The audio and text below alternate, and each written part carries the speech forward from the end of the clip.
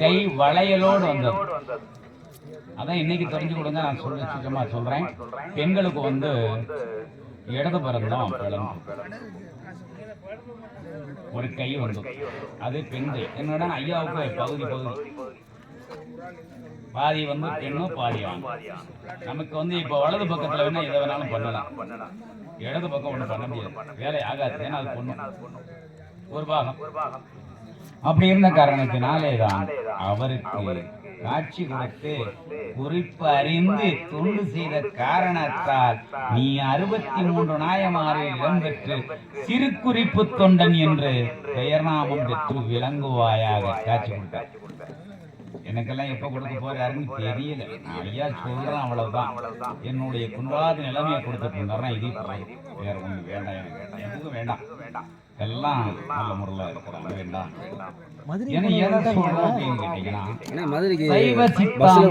சொல்லக்கூடியது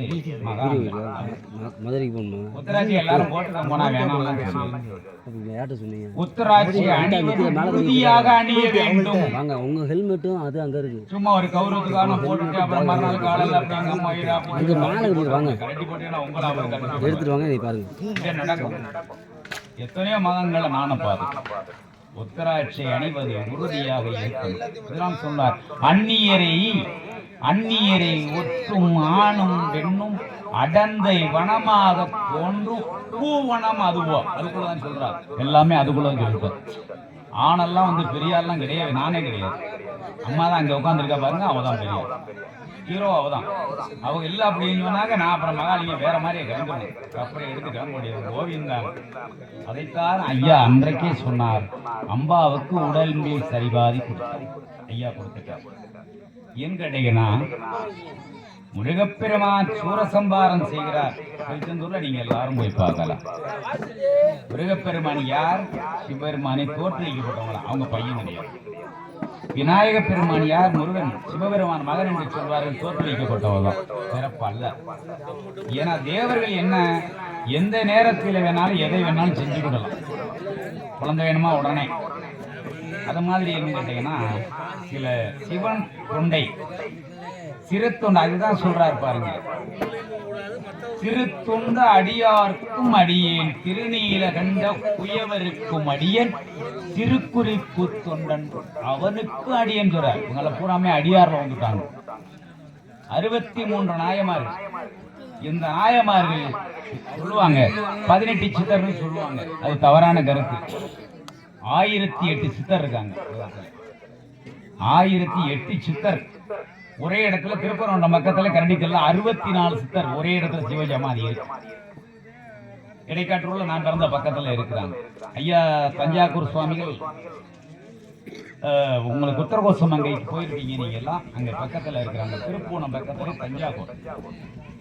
அங்க ஒரு பெரும் செல்வ குடும்பம் சோனமுத்து சேரின். அவருக்கு 1000 ஏக்கர் இந்த ஊர்ல தஞ்சாவூர். 1000 ஏக்கர். பெரிய பணக்காரங்களா இருந்தவங்க தான். அவருக்கு கல்யாணம் வெளிக்குறிச்சி, அங்கே பக்கத்துல 1 கிலோமீட்டர் தான். அப்ப 1000 ஏக்கருக்காருக்கு பொண்ணு கட்டி தராருன்னு அப்படித்தானே கட்டி கொடுத்துருப்பாங்க. அப்படி இருந்த காரணத்தினால அவர் ஒரு சிவன் அடியார். நீங்க என்னைக்கு வேணாலும் சரி போய் பாருங்க. தஞ்சாவூர்ல இது நடக்கு. உண்மையான ஒரு தவறான கருத்தை நான் அடியான்னு சொல்றதுக்கு தயாராக இல்லை. உத்தராட்சியை போட்டு யாருக்கும் ஏமாத்த வேலை. அப்படி இருந்த காரணத்தினால அவருக்கும் பாருங்க சிவபெருமான் சரியான பிடிய கொடுத்து விட்டாங்க. அவருக்கு குழந்தை பாக்கியம் கிடையாது. அவர் என்ன செய்வாங்க, தஞ்சாவூர், மிளகனூர், பழையனூர் அந்த ஏரியாக்காரங்க எல்லாம் போயிட்டு ஐயா வீட்டில் அப்போ சோறுனா ரொம்ப கஷ்டமான நேரமா. அப்பா சொல்லியிருக்காங்க, நான் சொல்றேன். உணவுக்காக போய் உட்காந்தே இருப்பாங்கன்னா அவங்க வீட்டில் சோறு போடுறாங்க அப்படின்னு சொல்லி அப்படியெல்லாம் சாப்பிட்டு வந்த குடும்பத்தில் குழந்தை இல்லை. என்ன செய்ய முடியும்? ஒரு நாள் உங்களை போல இப்படி ஒரு அடியார் வந்து அவங்க வீட்டில் சாப்பிட்டார். சாப்பிட்டுட்டு எல்லாம் நல்லா முடிச்சுட்டு சந்தோஷமா இறங்கும் போது சொன்னாரா, இருந்து ஒரு கர்மக்கார போய் வீட்டில் சாப்பிட்டேன்னு சொன்னாராம். ஐயா அந்த அம்மாவுக்கு ரொம்ப மனம் இருந்துச்சு. நீ வராம கூட இருந்திருக்கலாம், எங்க வீட்டுல அண்ணாவாளி பிச்சுட்டு எங்க மனசை நோவ வைக்கலையே. அப்ப 3வது படி இறங்கும் போது சொன்னாராம், பாவம் என்னை சாராது பையன் பிறப்பான்ட்டா. 86ல எப்படி பிறக்கணும்? 86 ஐயாவுக்கு, அம்மாவுக்கு. ஐயாவுக்கு 86, அம்மாவுக்கு 84. இது தஞ்சாவூர்ல நடந்தது. இப்ப அந்த ஒரு பொண்ணு பாடினாங்கல்ல, அவங்க திருப்பா சத்தியம் அது பக்கத்துக்கு அப்படி இருந்த காரணங்களே எப்படி பிறக்கும் இவர் சொல்லிட்டு போயிட்டாங்க. ஆனால் சிவபெருமானே உற்பத்தம் செய்து ஒரு பையன், அழகான பையன் பிறந்தான். அந்த குழந்தை பிறந்து 1008 நாள் பேர்நாமம் சூட்டவே இல்லை. அடியார் பெருமக்களை கொண்டு வந்து வஸ்திரதானம், அன்னதானம் கொடுத்துதான் செல்லப்பான்னு பேரு. செல்லப்பா அப்படின்னு எல்லாருக்குமே தெரியும், போயிருப்பாங்க. நானும் புதுசா சொல்றேன். அங்க இப்ப என்ன பண்ணாரு கேட்டீங்கன்னா, 4 குழுவும் மீடியமா வளர்க்குறாங்க. ஆனா வயசானவங்களுக்கு பிறந்த குழந்தை மாதிரி தெரியல. ஒரு 18 வயசு 19 வயசுல நல்ல சிற்றின்பத்தில பிறந்த குழந்தை மாதிரி என்ன கேட்டீங்கன்னா, அவருக்கு ஒரே ஒரு பழக்கம் இருந்தது. எந்த வஸ்திரம் உடுத்தினாலும் உடனே புரிஞ்சு கீழே போட்டுருவாங்க. அப்படி இருந்தாங்க. 1 வயசாச்சு, 2 வயசாச்சு, 3 வயசாச்சு, 5 வயசாச்சு. அப்ப சோனம் தையா, இங்க வாப்பா, எனக்கு காலம் போன நேரத்துல தொல்லையை கொடுக்கறதுக்காக நீ வந்திருக்க. எந்த வஸ்திரம் உடுத்தி விட்டாலும் கலட்டி எரியிறியே அப்படின்னு சொல்லி மனசங்கட்டப்பட்டு சொன்னாராம். தங்கத்தாலே டவுசர் செஞ்சு தரேன், சம்மதமா போட்டுக்கிடுவியான்னு கேட்டாராம். கேட்ட ஒரே வார்த்தைக்காகத்தான், இதைத்தான் நீங்கள் உற்று பார்க்க வேண்டும், எதுக்கு இருந்த வீட்டிலே போய் பிச்சை எடுத்து. அந்த மகான் தான் செல்லப்பா சாமி. இது எல்லாரும் அறிந்த உண்டு. இது எங்க தஞ்சாவூர்ல உண்டு, திருப்பூணம் பக்கத்துல. ஆனால் எல்லா ஊர்களையும் கை நீட்டி பிச்சை வாங்கி உணவருங்கிறான். இன்னைக்கும் உங்களுக்கு கட்டிக்குளம் பக்கத்துல சுள்ளன்குடின்னு ஒரு ஊர். அங்க வேளார்கள் புள்ள வைக்கப்பட்ட ஊர் தான். அங்க போய் தான் ஐயா திருவோட கேட்டார். திருவோட கொடுத்தாங்க. ஆனால் கொடுத்தவர் தான் மாயாண்டி சுவாமி. இன்னைக்கும் திருப்பரங்குன்றம் கூடதட்டி பெரம்புல இருக்கிறார். அவருக்கு கிடைச்ச சக்தி அது. செல்லப்பாவுக்கு ஓடு கொடுத்ததாலே கிடைச்சது முத்தி. இன்னைக்கு கோடிக்கணக்கான பேர் வழிபாடு பண்றாங்க. ஆனா செல்லப்பா சுவாமிகளுடைய சக்தி யாருக்கும் தெரியல. அப்படியெல்லாம் செய்து சில ஊர்கள்ல ஐயாவை கையெல்லாம் அடிச்சுட்டாங்களாம். பாத்தியனூர் பக்கத்திலே சூடியூர்னு ஒரு கிராமம் இருக்கு. அந்த ஊர்ல புள்ளைமார் இனத்தை மட்டும் வேற இனம் கிடையாது. அந்த ஊர்ல மட்டும் அவங்க தான். அங்க ஒரு திருமணத்திலே போயிட்டு உணவு கேட்டாராம். இந்த மாதிரி இருமணமா வந்திருக்கிற ஒரு புளிய மரத்துல கட்டி அடிச்சு கட்டி வைக்க போனாங்க. கட்டி வைக்கும் போது அந்த கயிறு நல்லா பாம்பா போயிடுச்சு. அந்த ஊர் தான் ஐயாவுடைய முதல் அவர் வெற்றிக்கு காரணமாக இருந்து அவருடைய பாதங்கள் விழுந்து மரியாதை செய்யப்பட்ட ஊர் சூடியூர். அங்கே இருந்து சுவாமிகள் புறப்பட்டு கொஞ்ச நாள் பார்த்து நூல்ல இருந்திருக்கிறாங்க. கொஞ்ச நாள் அப்படியே கடந்து உத்தரகோசமங்கைக்கு போனாங்க. உத்தரகோசமங்கையில் இருந்திருக்கிறாங்க. அப்போ உத்தரகோசமங்கையில இருந்து திருப்புலானின்னு ஒரு 7 கிலோமீட்டர் எல்லாரும் போயிருப்பீங்க நீங்க. அப்போ உத்தரகோசமங்கையில இருந்து திருப்புலானிக்கு போகும்போது இது மாதிரி ஒரு துண்டு எடுத்து மேல அப்படின்னு வீசி விடுறது. இந்த துண்டு குடம் மாதிரி போடணும். இப்ப திருப்பூலானியில போய் முருகப்பெருமான தரிசனம் பண்ணிட்டு உத்தரகோசமங்கைக்கு வர வரையும் அந்த துண்டு திருப்பி வந்துருக்கு. ஆனால் உத்தரகோசமங்கையின் அந்த மங்களநாய அம்பிகாயுடைய திருமுடி உடைக்கப்பட்டு அது கூந்தல் உதிரப்பட்ட இடம்தான் மகான் போய் இன்றைக்கு ஐக்கியமாய் உத்தரகோசமங்கையிலிருந்து ஒரு 7 கிலோமீட்டர் எக்கக்குடி என்ற கிராமத்தில் மகான் ஐக்கியமாய் இருக்கிறார் செல்லப்பா சுவாமி. அவர் பெரும் குடும்பத்தை சேர்ந்தவர். இங்கே சாதி ஜனி மார்க்கம் கிடையாது. எல்லாம் ஒருவர் தான். பணக்கார ஏழை கிடையவே கிடையாது. அவர்கிட்ட வந்தவங்க எல்லாம் ஒரே மாதிரி. பிறப்பிலே எல்லாரும் ஆண் பெண் தான். எல்லாரும் அடியார்கள்.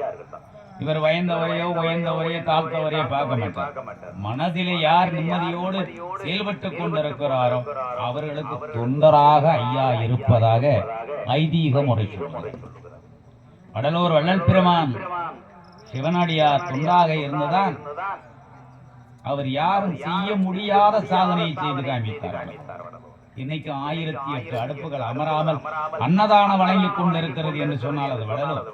அருட்பெரும் ஜோதி பெரும் பெரும் கருணை அருட்பெரும் ஜோதி பச்சத்தனையில் விளக்கேற்றி கொடுத்தது. ஐயாவை யார் நம்பி வாழ்ந்ததே? யாரும் தாழ்ந்தது கிடையாது. எல்லாரும் வாழ்ந்திருக்க. இடைக்காட்டூர்ல பாருங்க ஐயா மாமனரிசி. நான் பிறந்த ஒரு பக்கத்துல திருச்சி. எல்லாம் அங்கங்க பிறந்த ஊர்ல யாருமே இருக்க மாட்டாங்க. இந்த மகான்லாம் எங்க ஊர்ல பிறந்தாரு தெரியுமா? இந்த ஊருக்கு வந்திருக்கிறார். அது மாதிரி மாயாண்டி ஐயா இருக்காங்க இடையமேலூர்ல, அவர் எந்த ஊரும் தெரியுமா? சன்னியாசிக்கு எந்த ஊரும் கிடையாது, எந்த இனமும் கிடையாது. போறதான் ஊரு, இருக்கதான் இனம். நீங்க தான் இனம், நான் தான் இனம், அவ்வளவுதான். இதை சார்மார்க்கம் என்பதை மட்டும் ஒரு மனிதன் சிந்தித்து செயல்பட்டால் எந்த சிந்தனைகள் நேராது என்பது உண்மையான கருத்து. ஒருவரை நாம் தீண்டப்பட கூடாது, ஆனால் நம்மை ஒருவர் தீண்டுகிறார் என்றால் அவனுக்கு நேரம் சரியா வந்து. அதுக்காக நம்ம போயிட்டு அவனோட சண்டைத்தாலும் போடக்கூடாது. நம்ம தான் ஜனியாஜி போயிட்டோம், அடுத்தவனுக்கு நமக்கு அது கோவம். நான் அவன்கிட்ட சொல்லி பேசிட்டு இருக்கேன், ஐயா நான் வந்து இந்த இடத்துக்கு வந்திருக்க கூடாது, அது வேற. நான் இப்போ வந்துட்டேன், வந்த பின்னாடி என்ன செய்ய முடியும்? நான் இனிமேல் அந்த பார்க்க முடியுமா? நான் இப்ப சன்னியாசி லிஸ்ட்ல தான் இருக்கு. நான் ஜாதியில கல்லாரிலாம் கிடையாது, இப்ப கிடையாது, முன்னாடி இருந்தேன். அதனால் சத்திய சான்மார்க்கம் இதை நம்ம எல்லாம் கடைபிடிக்கணும்.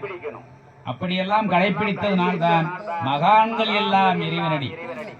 நம்ம இன்னைக்கு பூர்வத்துல ஒரு 100 வயசு வாழ்றான் அப்படின்னு சொல்றாங்க, அது ரொம்ப பெரிது, ரொம்ப அறுதல். ஐயா அந்த மாதிரி தும்பப்பட்டியில பிச்சை 100 வயசுக்கு இருந்தாரு அப்படின்னு சொல்றாங்க. சின்ன பிச்சை பெரிய பிச்சை எல்லாம் 120 வருஷம் இருந்தாருன்னு சொல்றாங்க. ஆனா காரணம் என்ன?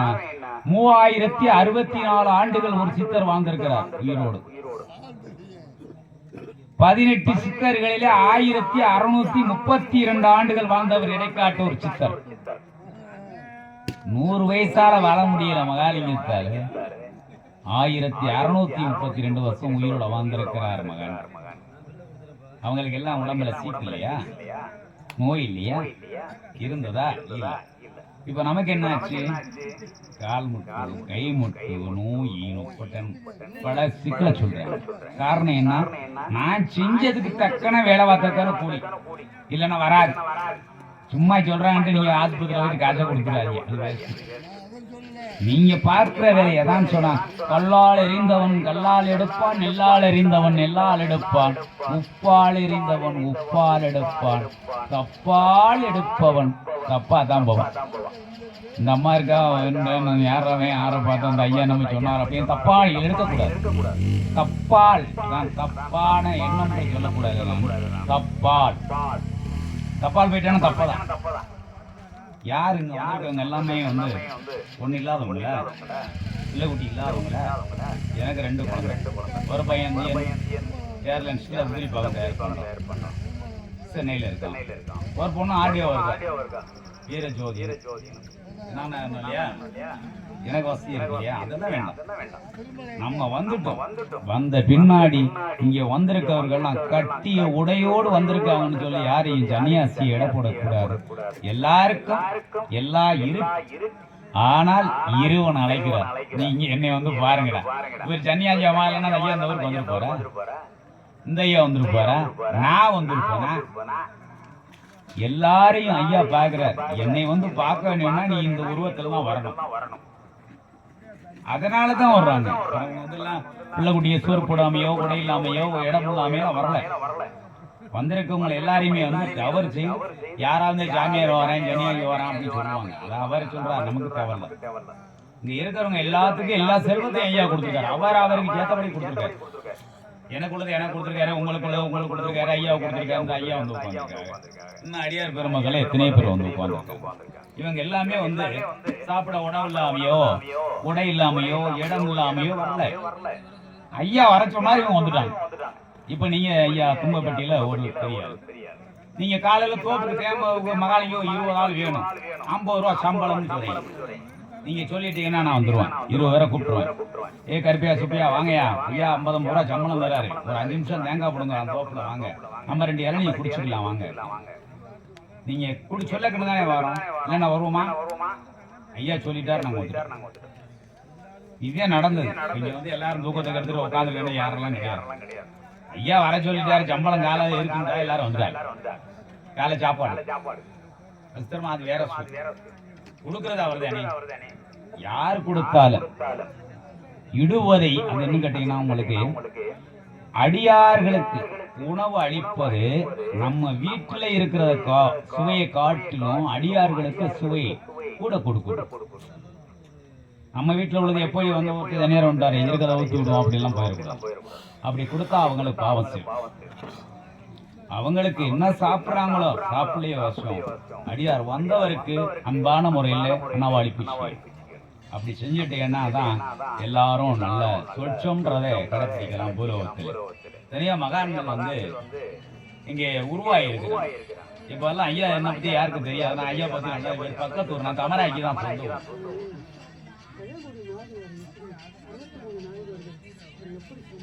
யாருங்க ஐயா? இளையான்குடி மாரநாயனார். அவர் நாயனார் இடத்துல 63 பேர்ல வந்தவர். ஆமா, காரணம் என்ன வர்றேன் அப்படி வரணுமா வந்தாதான் உங்களுக்கு தெரியும். இளையான்குடி இந்த ஐயா கேட்டாங்கன்னா அண்ணன் ஐயா நல்லா போச்சுறாங்க. ஐயா வேண்டுகோளுக்கு இணங்கி நான் அதை சொல்லிதான் ஆகணும். கேட்டார்ல அவர் எப்படி ஆனார் அப்படின்னு கேட்டார்ல. 63 நாயகமார்ல இளையான்குடி மாரநாயனார் குயவர் குணத்தை சேர்ந்தவர். ஒத்துக்கிட்டாரான்னு கேட்டு விடுங்க. சுவாமி நீங்க தானே கேட்டீங்க, நல்லா கவனிங்க. இளையான்குடி அப்படின்னா நம்ம மானாம்பரம் பக்கம் அப்பா போயிருப்பீங்கப்பா. இளையான்குடி அங்க ஒரு குயவர் குளத்தில் தோற்றமாகிறார் ஒருத்தர். ஆனா பெரிய விவசாயி. ஆனா என்ன செய்தார் அப்படின்னு கேட்டீங்கன்னா, சிவாலயங்கள் எல்லாம் சென்று, சிவாலயங்கள் எங்கெங்க இருக்கோ அங்க எல்லாம் சென்று வழிபட்டாங்க. ஆனால் பெரிய செல்வந்தராய் இருந்தவர் ஐயா ஆண்டியா ஆக்கிட்டாங்க. நீ எல்லா இடத்துக்கும் வர்ற இல்ல பாசாங்கிற இன்னும் வருவையா? கமராக்கி ஐயா உட்கார்ந்துட்டு ஏழாத்தா இன்னும் வருவாரா அப்படின்னா அப்படி இருந்துக்கிற நேரத்துல எல்லா செல்வங்களும் போயிடுச்சு. கொஞ்சோடு நிலம்தான் இருக்கு. இது நடந்ததுதான். இப்ப கேட்டதுக்காக நான் இதை சொல்றேன். அப்படி இருந்து கொண்டிருக்கிற நேரத்துல அவங்களுக்கு கணவன் மனைவி தான், குழந்தை இல்லை.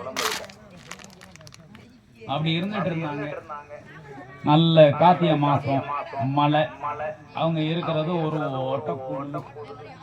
அந்த ஒரு பக்கம் ஒழுகும். அவங்கள்ட்ட கந்த துணி தான் இருக்கு, வேற வஸ்திரம்லாம் கிடையாது. அந்த கந்த துணியை தான் கொஞ்சம் கசக்கி குடிஞ்சு இப்படி கொஞ்சம் தொடச்சு இப்படி ஊட்டிட்டு இருக்காங்க. அப்ப என்ன பண்றாங்கன்னு கேட்டீங்கன்னா, வீட்டுல இருந்த நெல் பிள்ளைகள் எல்லாம் எடுத்து சாப்பிட்டு, அப்ப நமக்கு இந்த விவசாயன்ற டைம் வரும் இல்லை. அப்ப இருந்த நெல்லை கொண்டு போயிட்டு வயல்ல விதப்பு பண்ணிருக்காங்க. என்ன நெல்மணி வந்தாதானே நம்ம சாப்பிட முடியும் அப்படின்ட்டு, பட்டியா இருந்தாலும் பரவாயில்ல யாருக்காவது ஐயாட்ட வாங்கிடுவோம் அப்படின்னு சொல்லிட்டு இருந்த நெல்மணிகள் எல்லாம் கொண்டு போயிட்டு விவசாயம் பண்ணிட்டாங்க. நாத்து பாயிட்டாங்க அப்படிதான் சொல்லணும். நாத்து பாயிட்டாங்க, நாத்திட்டாச்சு. நாத்திட்டு வந்துட்டாங்க. வந்த பின்னாடி அம்மா உணவு என்ன அப்படின்னு கேட்டாரு. அந்த அம்மா என்ன செஞ்சா அப்படின்னு கேட்டீங்கன்னா, நல்ல ஒரு உருளைச்சம்பள தண்ணியை மோந்து அவர்கிட்ட கொடுத்தா. சுவாமி இன்னைக்கு நமக்கு ஆதாரம் இதுதான் ஐயா கொடுக்குது. என்ன குருணை கூட இல்லை வீட்டில், என்ன செய்ய முடியும் அப்படின்னு. அப்போ இந்த பட்சத்தண்ணி தான் இன்னைக்கு ஆதாரமா? ஐயா கொடுத்ததே தான். அவங்க என்ன சொல்றாங்க பாருங்க, அவ்வளவு ஒரு கஷ்டத்துலையும் தன்னுடைய கணவன்கிட்ட தண்ணீரை கொடுக்கும் போது, நீங்க மேலூருக்கு போயிட்டு அம்மா சொன்ன காய்கறி 2 மட்டும் குறைச்சு வாங்கிட்டு வந்தா அம்மா அவங்க மேல சண்டை போடுறோம். சோறு போடவா வேணாமா? நான் சொன்ன ஏன் வாங்கிட்டு வரலம்பாங்க. உண்மைதானையா? ஆனா அவ்வளவு அன்பான முறையில கொடுத்தாங்க. இந்த பச்சை தண்ணி தான் இன்றைக்கு நமக்கு ஆதாரம். பச்சை தண்ணி குடிச்சா உறங்குமா? உறங்க முடியுமா? அப்படி மழை விழுவுது, கார்த்திகை மாசம் புழுன்னு விழுவுது, ஓட்ட குடலு ஒரு பக்கம் தண்ணி ஒழுகுது. என்ன செய்ய முடியும்? அதுக்குள்ளதான் 2 பேரும் சேவிக்கணும். அப்படி இருக்கிற நேரத்தில் என்ன பண்றாங்கன்னு கேட்டோம்னா, அந்த பச்சை தண்ணி தான் ஆதாரம். அதை சாப்பிட்டாச்சு, வேற என்ன செய்ய முடியும்? அப்படி இருக்கிற நேரத்துல ஒரு ஐயா வர்றாங்க, நல்லா வாசாங்கிற மாதிரி கொண்டையும் ஓட்டி, சுவாமி அன்னவாளிப்பு கிடைக்குமோ? என்ன செய்ய முடியும்? அப்போது தன்னுடைய மனைவியிடத்திலே சொல்லு, யாரோ ஒரு அடியார் அன்னவாளிப்பு கேட்கின்றார். அதான் இன்னைக்கு நல்லா தெரிஞ்சு கொடுங்க. எதா இருந்தாலும் நீங்க ஒரு பேங்க்ல ஒரு 1 லட்ச ரூபாய் சம்பளம் வாங்குவீங்க. ஆனால் நீங்கள் சம்பளத்தை வாங்கி அம்மாட்ட கொடுக்க தான் முடியும். ஆனால் அம்மாளுக்கு தான் தெரியும் வீட்டில் உப்பு இருக்கா புளி இருக்கான்னு. அப்போ அம்மா என்ன பண்ணுவாங்கன்னா அவங்களுக்கான தெரியும். அப்பத்தான் சொல்றாங்க, சுவாமி நம்ம இருவருக்கும் பச்சை தண்ணி இன்று ஆதாரமாக உண்டுவிட்டு உறங்கும் தருணத்தில் ஒருவர் வந்திருக்கிறாரே, உதவி செய்வது ஏது? ஒன்றும் இல்லை, ஒன்றையும் இல்லை, ஒவ்வொன்றையும் இல்லை, எதை வச்சு கொடுக்க முடியும்? அவர் சாமி அப்படியே தூத்தல நனைஞ்சுக்கிட்டு நிற்கிறார். ஆச்சல ஓட்ட பொருளை குடிச்ச முடியும். அப்பதான் சொல்றாங்க, ஐயா இப்போது ஒரு கூடையை கையில் கொடுக்குறாண்டா பொம்மநாட்டி. இந்த கூடையில கொண்டு போயிட்டு நீங்க விதைச்ச நெல்லு மணியை அரிச்சு கொண்டுட்டு வாங்க. அதை அடியா இருக்காவது அன்னவாளிப்பு செய்யலான்னு சொல்றாங்க. அப்போ லைட் எல்லாம் இல்லாத ஆறுக்கே லைட் எல்லாம் கிடையாது, இருட்டு. அந்த இருளுலையும் போய் அந்த மழை பெய்ஞ்ச காரணத்தினால நெல்மணி எல்லாம் ஒரு மூலையில அடிச்சு குளிச்சிருச்சு. அதை அப்படியே சகதியோடு அள்ளி கொண்டு மரணாயனார் கொண்டு வந்து தன்னுடைய மனையாள்கிட்ட கொடுக்குறா. அவள் ஒன்றுனா அலசி பிழைஞ்சி அதை வறுத்து தீபத்தை வைக்கிறதுக்கு பார்த்தா ஒன்றும் இல்லை. அப்போ தன்னுடைய கணவன்கிட்ட சொன்னால், இந்த முட்டத்தை விட்டுட்டு தாவாரத்தில் உள்ளதை பிரிஞ்சோம் அப்படின்னு பிரிச்சுட்டாரு.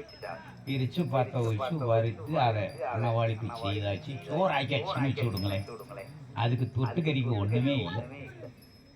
அப்போ சொல்கிறாங்க, சுவாமி நம்ம வீட்டுக்கு பின்னாடி விதையிட்டு முளைத்த கீரை தண்டு உண்டு, அதை கொண்டு வா.